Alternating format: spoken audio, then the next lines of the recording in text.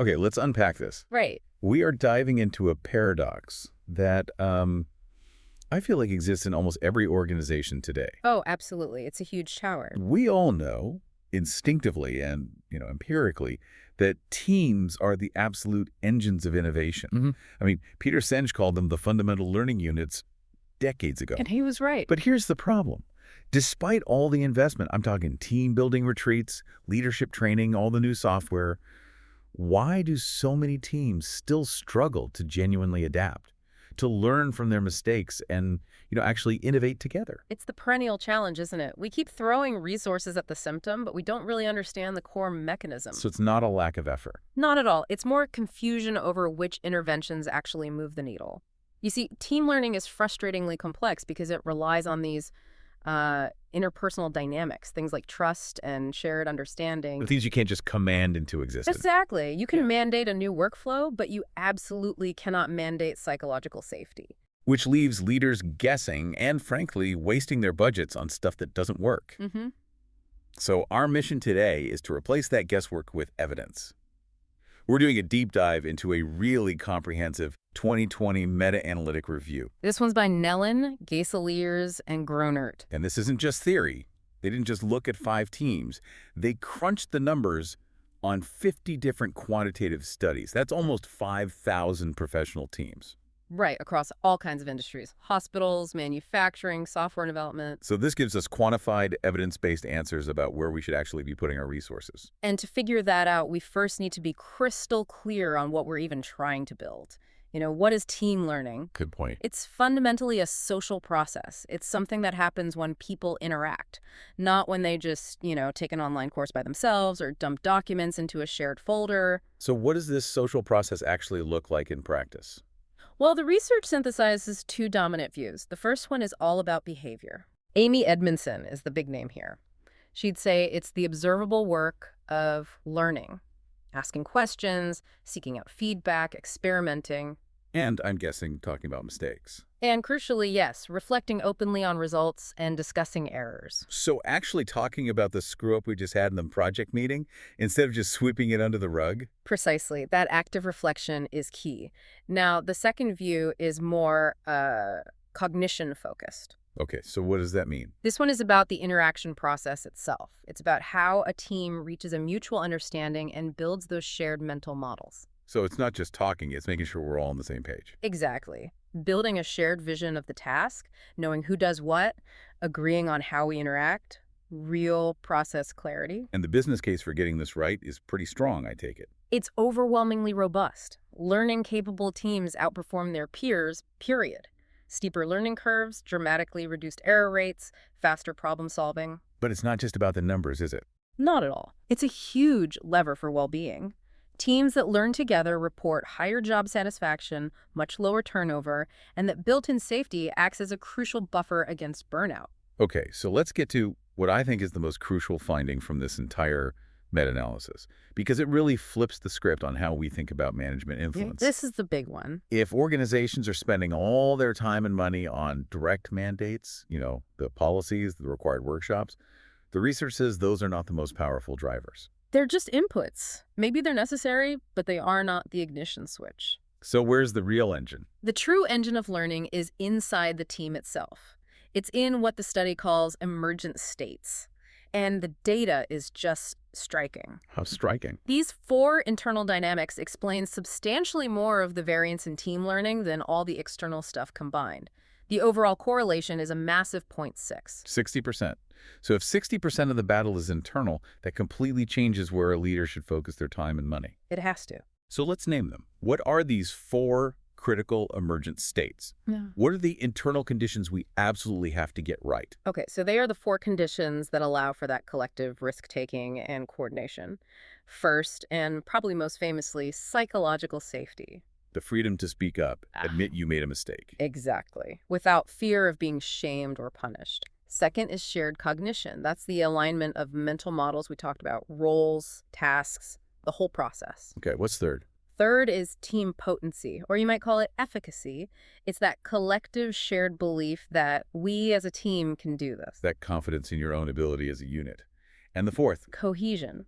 which is really about the relational bonds and that shared commitment to the team's goals. Now, the numbers on these are what really got me. They're huge. Look, psychological safety alone explains 36% of the variance in team learning. 36%. And shared cognition explains 38%. These two factors are the absolute bedrock of team learning. Wait a minute. If psychological safety is responsible for over a third of a team's ability to learn, why would we ever spend money on anything else? Are the resources and training just like window dressing? And that's the brilliant nuance the meta-analysis reveals. Okay. You can't just mandate these emergent states. You can't have psychological safety on a to-do list. They are a product of the environment. I see. So if you want learning, you absolutely must prioritize creating these internal conditions, but you create them indirectly through how you design the organization. That makes perfect sense. So how does the organization, the structure above the team, successfully fuel that internal engine? If direct control doesn't work, what's the strongest lever we can actually pull? That brings us to the first and strongest organizational lever in the review: job resources. Job resources. This category had the strongest direct correlation with team learning. It explained about 17% of the variance. 17%. That's a massive controllable lever for any manager. So what exactly falls under job resources? Is this just having a bigger budget? It's more than that. It's the tangible support. Yes, budget is part of it, but also dedicated time, access to crucial information.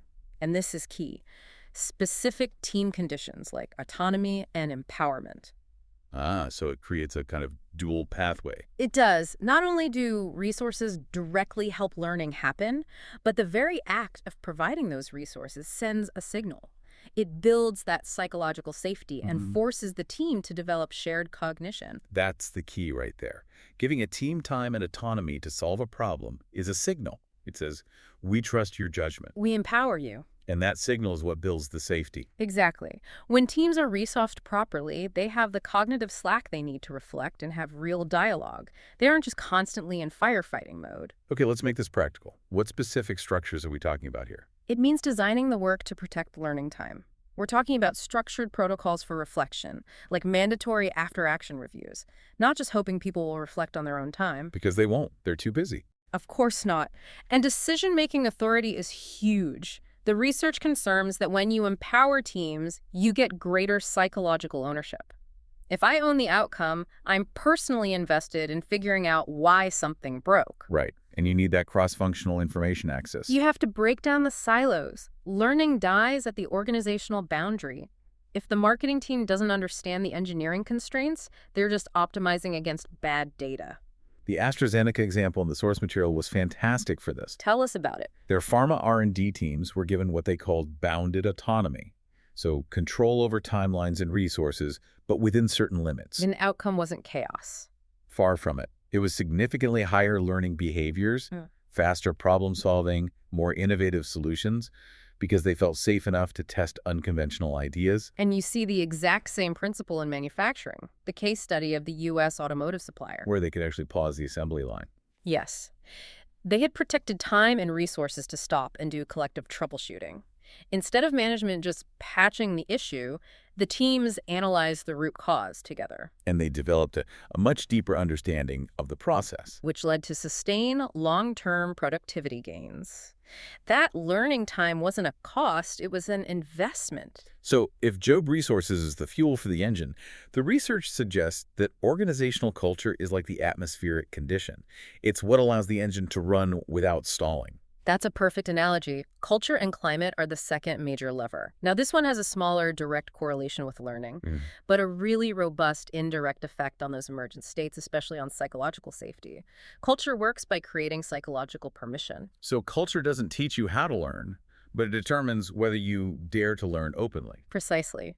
And the most powerful cultural factor they identified is establishing an error management climate. This sounds important. It is. It's the fundamental organizational choice to treat errors as valuable information, not as a reason to assign blame. That is the classic and so difficult shift, moving from who messed up to what can we learn from this system failure. And it's amazing how many leaders still instinctively jump to the who question, usually because they're afraid of getting blamed themselves. Right. The global software firm case study was powerful here. They formalized a fail fast, learn faster culture. And crucially, they actually celebrated learning milestones, even from experiments that didn't work out. They had failure showcases, right? That's right. Quarterly meetings where teams openly talked about their biggest flops and what they learned. That act of normalizing it made it safe for everyone else to experiment. Okay, so moving up the chain, the third lever is top-level leadership. And this is leaders above the team manager. Correct. And similar to culture, their influence is strong, but it's mostly indirect. Their job isn't to micromanage the team's learning, it's to shape the entire context. How do they do that? Two key behaviors. First is servant leadership, visibly removing obstacles, prioritizing development over just hitting short-term targets. The second is behavioral integrity. Meaning, you walk the talk. You have to. Your actions have to match your stated values. The U.S. hospital case study was a perfect illustration of this. In the intensive care units, yes. When executives demonstrably prioritized patient safety over the pressure for high patient throughput, psychological safety among the frontline staff shot way up. Because if an exec says safety's number one, but then punishes a team for slowing down to do a safety check, the words mean nothing. The actions are what create the culture. And when those actions aligned with the values, they saw measurable improvements in patient outcomes because staff felt safe to speak up about risks. Okay, let's wrap up the levers by looking at the last one. Organizational infrastructure, the HR systems, the knowledge management platforms. The formal structures. Infrastructure showed a moderate correlation, but the key finding here is that it's highly context-dependent. What does that mean? It means infrastructure only works when it aligns with and reinforces all the other levers.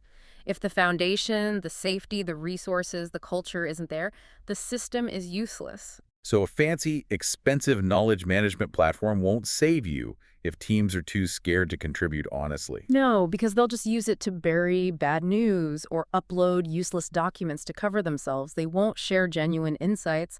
The tool just amplifies the underlying culture. So what's the solution? You need KM systems designed for interaction, for facilitating communities of practice, not just being a dead repository of files. And HR systems need to be integrated with this way of thinking. Desperately. You need to hire for collaborative skills, use team-based incentives, and this might be the biggest one, have performance management that rewards collective learning, not just individual heroics. So to make this stick long-term, what does the evidence point to? It points to 3 pillars of systemic design. First, you have to treat those emergent states as strategic assets. Meaning you measure them. You have to. Huh. Measure psychological safety, measure shared mental models. If you don't measure it, you can't manage it. And you invest in building efficacy, like giving new teams some early achievable wins. Okay, what's pillar 2? Designing for temporal dynamics. It's a fancy way of saying you have to time your interventions right. You don't manage a mature team the same way you manage a new one. It's like coaching a sports team. That's a great way to put it. A rookie team needs structured drills and a lot of coaching. A veteran team needs more autonomy. You want to intervene right after a big challenge when the motivation to learn is already high. And the third pillar? Integrating multi-level perspectives. This just means ensuring coherence. Individual development, team norms, and the organizational systems have to reinforce each other. Because if you train people on collaboration, but your system rewards individual competition. The whole thing falls apart. The system is incoherent. So what does this all mean when you put it together? It really feels like a direct challenge to a lot of conventional wisdom. It is a complete challenge. The evidence is clear. Organizations often optimize the wrong targets. They focus on isolated training programs or a new piece of software. The shiny object. Exactly. But the highest return investments are in systemic environmental design. We have the quantified guidance now. Jode resources give you that critical 17% leverage, providing the time and permission. And then culture and leadership create the psychological safety and shared cognition, which can explain up to 38% of the variance. And the infrastructure has to align with and support that entire system. The evidence really is clear on what moves the needle. It is. And on that note, here's a final provocative thought for you to consider. If you look honestly at your own organization's current performance management or reward system, does it genuinely reward and celebrate collaborative learning capabilities? Or does it implicitly reward Individual heroics, siloed achievements, and the covering up of mistakes. That simple misalignment is often the single biggest, most intractable barrier to achieving true collective intelligence. We'll leave you to chew on that.